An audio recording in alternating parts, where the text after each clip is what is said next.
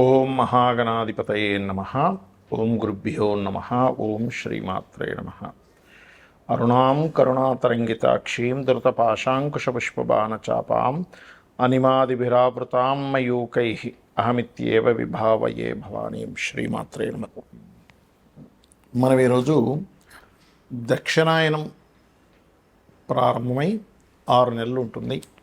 ఈ 6 నెలలు కూడా ఏ లగ్నాల వారు, లగ్నం తెలియదు రాశి వారు ఎటువంటి పరిహార మార్గం చేసుకుంటే మీ మీ యొక్క పూర్వజన్మ కర్మలు తొలగుతాయి, అదొకటి. రెండవది, 6 నెలల్లో ఏ నెలలో ఎటువంటి కర్మలు ఆచరించాలి, అందులో ముఖ్యంగా దైవిక కర్మలు నేను చెప్పేది, సహజంగా చేసుకునేటువంటి వేరు. ఇక్కడ date of birth, time, place, రాశి, నక్షత్రము, లగ్నం తెలియని వారు కూడా ఏ నెలల్లో ఈ 6 నెలలు ఇటువంటివి ఆచరిస్తే మన కర్మ తొలగుతుంది. మరియు ఇది శ్రావణ మాసం కాబట్టి శ్రావణ మాసంలో మనకి ఎవరెవరికి ఎటువంటి ఇబ్బందులు ఉన్నప్పుడు ఎటువంటి దానములు ఇచ్చినట్లయితే బాగుంటుంది అనేటువంటి విషయాలు ఇప్పుడు మనం తెలుసుకుందాం. కర్కాటక లగ్నము, కర్కాటక రాశి. ఈ యొక్క కర్కాటకంలో లగ్నం కానీ రాశిలో కానీ పుట్టిన వారికి ఈ దక్షిణాయనం అంతా కూడా మీరు చేయవలసినటువంటిది ప్రధానంగా స్కందుణ్ణి ఓం స్కందాయ నమః అనే మంత్రంతో మీరు అభిషేకం చేసినట్లయితే, అందులో ప్రధానంగా ఎవరికైనా గురుబలం తక్కువగా ఉంది, ఎందుకంటే ఇప్పుడు కర్కాటకం వారికి 12లో ఉన్నాడండి గురువు అని కొంత చూపిస్తుంటారు. కాకపోతే 12లో గురువు ఉన్నందుకు విదేశాలకు వెళ్ళి ఉన్నత విద్యల కోసం చేసే ప్రయత్నం ఫలిస్తుంది, ఏం భయపడాల్సిన పని లేదు. అదేవిధంగా కర్కాటకం వారికి 2లో ఉండేటువంటి కుజకేతువుల్లో కుజుడు జరిగిపోతున్నాడు జూలై 28వ తేదీ నుంచి 3లోకి వెళ్తున్నాడు. ఎప్పుడైతే 3వ స్థానంలోకి వెళ్తున్నాడో అక్కడ అది ఇచ్చేటువంటి ఫలితాల్లో ముఖ్యంగా పరాక్రమ యోగాన్ని ఇస్తాడు. దానివల్ల కొంత వాగ్వివాదాలు ఎంతైనా కూడా మీకు 3లో బుధరాశుల్లో ఉండే కుజుడు కాబట్టి ఈ యొక్క విషయంలో కొంత జాగ్రత్తగా ఉంటూ వాహనాల మీద వెళ్ళేటప్పుడు మాత్రం కాస్త జాగ్రత్త పడుతూ ఉండాలి. ఇక మిగతా విషయాలు కనుక చూసుకున్నట్లయితే మీరు ఎక్కువగా ఎంత ఓం స్కందాయ నమః అనేటువంటిది ఎంత బాగా చేసుకుంటూ ఉంటే అంత చక్కటి ఫలితాలు వస్తాయి. మరియు ఇందులో ఈ సూర్యభగవానుడు ధనాధిపతి ఎప్పుడైతే ముఖ్యంగా అక్టోబర్ 15వ తేదీ నుంచి నవంబర్ 15వ తేదీ మధ్యలో సూర్యభగవానుడు ఈ రాశిలో ఉంటున్నాడు, తులారాశిలో ఉంటాడు. ఆ సమయంలో మీరు మనీ ఇచ్చేటప్పుడు ఎవరికైనా భూ సంబంధించిన, గృహ సంబంధించిన, వాహన సంబంధించిన విషయాలు ఇచ్చేటప్పుడు కొంత జాగ్రత్తగా ఉండండి. అదేవిధంగా కాస్త ఎక్కువ నీటి ప్రదేశాలు, సహజంగానే కర్కాటకం అంటేనే నీటికి సంబంధించినటువంటి లగ్నము రాశిగా చెప్తూ ఉంటారు కాబట్టి నీటి ప్రదేశాలు, గొయ్యలు, కొన్నిసార్లు చూడండి బాగా వాటర్ ఇదైపోతూ ఉంటుంది వర్షాలు పడ్డప్పుడు, ఇటువంటి విషయాల్లో కొంత జాగ్రత్తగా ఉండాలి. అయితే మీకు నక్షత్రము, రాశి, లగ్నం ఏమీ తెలియకపోయినా కూడా ఏం చేసుకోవాలో కూడా చెప్తాను, పూర్తిగా వినండి. ముందుగా ఈ రాసుల్లో సూర్యభగవానుడు ఈ ఉత్తరాయణం అంతా కూడా భూమి నుంచి నీరు ఏదైతే ఉంటుందో గ్రహించి నీరు పలానా ఏవేవైతే తీసుకోవాలో తీసుకొని దక్షిణాయనంలో మొత్తం వదులుతాడు. అందుకే మనకి దక్షిణాయనంలో వర్షాలు పడడం జరుగుతుంటుంది. మరి ఆయన అంత పని చేస్తున్నాడుగా, సూర్యభగవానుడే లేకపోతే పరిస్థితి ఏమిటి, అసలు ప్రపంచమే ఉండదు ఇంకక్కడ. అలాంటప్పుడు ఆయనకి కృతజ్ఞతగా 6 నెలల పాటు 6 విధములైనటువంటివి మనం పాటించాలి. మీది ఏ నక్షత్రమైనా, ఏ లగ్నమైనా, ఏ రాశి అయినా సంబంధం లేదు. ఇది మొట్టమొదటిగా మనకి జూలై 14, 15 ఆ తారీఖుల నుంచి ముఖ్యంగా 15, 16 కూడా ఒక్కొక్కసారి సూర్యభగవానుడు మార్పుల వల్ల 15 వేసుకోండి రఫ్గా. జూలై 15 నుంచి ఆగస్టు 15 మధ్యలో సూర్యుడు కర్కాటక రాశిలో ఉన్నప్పుడు ఎంత మీరు సూర్యుడికి అర్ఘ్యం వదిలితే మీ రాశి ఏదైనా, నక్షత్రం ఏదైనా మీకు అంత చక్కటి ఫలితాలు వస్తాయి. అందులో ముఖ్యంగా గండములు తొలగుతాయి, గుర్తుపెట్టుకోండి, సూర్యభగవానుడికి చేసేటువంటి ఈ యొక్క ప్రక్రియ వల్ల. మరియు జల సంబంధించిన, అదేవిధంగా క్షీర సంబంధించిన దానాలు ఎక్కువగా ఇస్తూ ఉండాలి.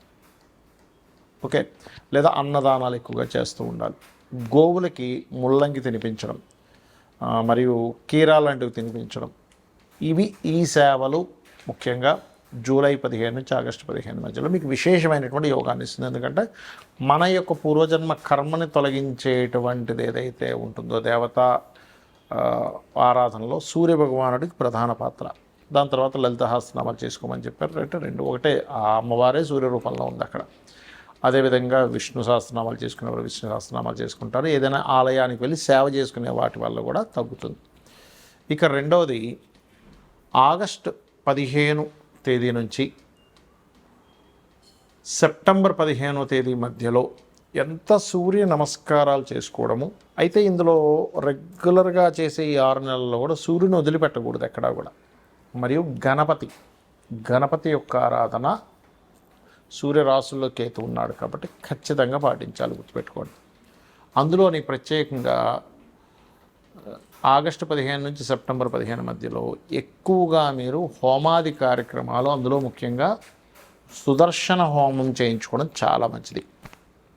ఇక సెప్టెంబర్ 16వ తేదీ నుంచి అక్టోబర్ 16వ తేదీ మధ్యలో మీరు వీలైనంత మట్టుకు గుర్తుపెట్టుకోండి, దానములు ఇవ్వండి. ఆ దానాలు కూడా మీకు ప్రస్తుతం నడుస్తున్నటువంటి మహాదశ ఏమిటి, అంతర్దశ ఏమిటి, దానికి ఎవరు అంటే ఉదాహరణకి రవి నడుస్తుంది అనుకోండి, రవి మహాదశ అంతర్దశ నడుస్తుంది, గోధుమలు, చంద్రుడైతే బియ్యము, కుజుడైతే కందులు, బుధుడైతే పెసలు, గురువైతే శనగలు, శుక్రుడైతే బొబ్బర్లు అంటే అలసందలు అంటారు, శని అయితే తెల్ల నువ్వులు ఇవ్వచ్చు, లేదా నల్ల నువ్వులు తీసుకునే వాళ్ళంటే ఇవ్వచ్చు.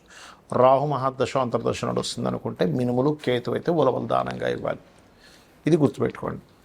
మరి అక్టోబర్ 16వ తేదీ నుంచి నవంబర్ 16వ తేదీ వరకు 15-16 వరకు చూసుకుంటే కనుక ఈ సమయంలో ఎక్కువగా స్తోత్రములు వింటూ ఉండాలట. అంటే లలిత కావచ్చు, ఏదైనా విష్ణు సహస్రనామాలు కావచ్చు, ఏదైనా శ్రవణం ఎక్కువగా చేస్తూ ఉండాలి. పఠనము శ్రవణము, లేకపోతే శ్రవణం లేకపోతే సహస్రనామాలు పఠనం చేయడం, ఇవి ఎంత చేస్తాయి ఈ మాసంలో అంత అద్భుతమైన ఫలితాలు ఉంటాయి. ముఖ్యంగా ఈ మాసంలో చేసే వాటి వల్ల మీ యొక్క కామ్యము నెరవేరుతుంది, గుర్తుపెట్టుకోండి. దీనికంటే ముందు నెలలో చేసిన దానివల్ల రోగ నివారణ అంటే రోగం తగ్గుతుంది, అప్పులు తగ్గుతాయి. దానికంటే ముందు సూర్యుడు కర్కాటక మన సింహరాశిలో ఉన్నప్పుడు అంటే ఆగస్టు 15 నుంచి సెప్టెంబర్ 15 మధ్యలో చేసినప్పుడు రాజయోగం పడుతుంది అని చెప్తూ ఉంటారు. అలాగే ఇక్కడ మీకు నవంబర్ 15వ తేదీ నుంచి డిసెంబర్ 15 మధ్యలో అంటే ఇది 5వ నెలకు వచ్చేసాం మనం. ఆ సమయంలో కూడా జలతర్పణములు కొంతమంది చూడండి రాత్రిపూట చేస్తూ ఉంటారు. కొన్ని సాధనలు, కొన్ని అమ్మవారి సాధనలు కొన్ని ఉంటాయి దశమహావిద్యలవి నిగూఢంగా, అంటే ఇంకెవ్వరికి సంబంధం లేకుండా కొంతమంది గుహల్లోకి వెళ్ళిపోయి లేకపోతే ఒక రూమ్లో కూర్చొని నిగూఢంగా అలా సాధన చేస్తుంటారు. అటువంటివి బాగా యోగిస్తాయి. ప్లస్ తర్పణాలు, అందులో పితృతర్పణాలు చేయడం ఇంకా మంచిది. ఈ ప్రతీ నెల అమావాస్యకి వీలున్నప్పుడల్లా నిత్య తర్పణాలు కూడా చేసుకోవచ్చు. ఇక్కడ ఇంకా ఎక్కువగా బాగా యోగిస్తుంది. అలాగే డిసెంబర్ 14 నుంచి జనవరి 14-15 తేదీ వరకు కూడా ఇక్కడ ఎక్కువగా హోమాలు ఎక్కువగా చేస్తూ ఉండాలి, గోసేవ ఎక్కువగా చేస్తూ ఉండాలి. వీలైతే మీరు హోమంలో కూర్చోలేకపోతే కనీసం హోమం జరిగే దగ్గర నెయ్యిని దానంగా ఇవ్వండి. అక్కడ అంటే నెయ్యిని మీరు ఏదో దానం ఇస్తున్నారని ఫీల్ అవ్వకుండా, నాకు ఈ భగవంతుడు ఈ యొక్క అవకాశాన్ని ఇచ్చాడు అనేటువంటి భావనతో ఇవ్వండి.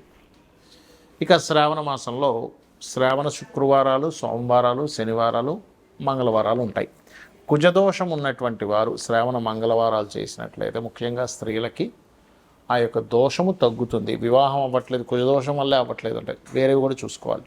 శుక్రవారాలు చేసేటువంటి వారికి ప్రధానంగా ఇక్కడ మరొక విషయం ఏంటంటే, ఇక్కడ చాలామంది ఈసారి ఏంటండి 3వ వారం చేసుకోవాలట అంటే పౌర్ణమికి దగ్గరగా ఉండేటువంటి వారాన్ని చేసుకోవాలి. అది అందుకని 3వ వారం వచ్చింది ఈసారి. దానివల్ల లక్ష్మీ ప్రాప్తి, శ్రావణ సోమవారాల వల్ల మానసిక ప్రశాంతత లభిస్తుంది. కొంతమంది శ్రావణ శనివారాలు కూడా చేస్తారు, దానివల్ల శని దోషాలు తగ్గుతాయనేటువంటి ప్రతీక. అయితే ఇవి మీరు భక్తి శ్రద్ధలతో, భక్తి శ్రద్ధ భావన నిరంతరం చేయడం, ఉన్నారనేటువంటి భావనతో చేయడం చాలా ముఖ్యం. చాలామంది ఉంటారు ఏమంటే చాలా పూజలు చేస్తున్నాం, చాలా యజ్ఞాలు చేస్తున్నాం, చాలా హోమాలు చేస్తున్నాం, చాలా దానాలు చేస్తున్నాం, ఏమీ అవ్వట్లేదు, మీరు ఏమి ఇవ్వట్లేదు అని మనసులో ఎప్పుడైతే మననం చేస్తూ ఉంటారో, మననాత్రాయతే ఇది మంత్ర, అంటే మనం ఏదైతే మననం చేస్తామో అది మంత్రంగా పనిచేస్తుంది. కాబట్టి కృతజ్ఞతా భావనతో చేయండి, అన్ని విధాలా బాగుంటుంది. ఆ లలితాంబిక అమ్మవారి యొక్క అనుగ్రహం కూడా మీకు కలగాలని మనస్ఫూర్తి కోరుకుంటూ శ్రీమాత్రే నమః.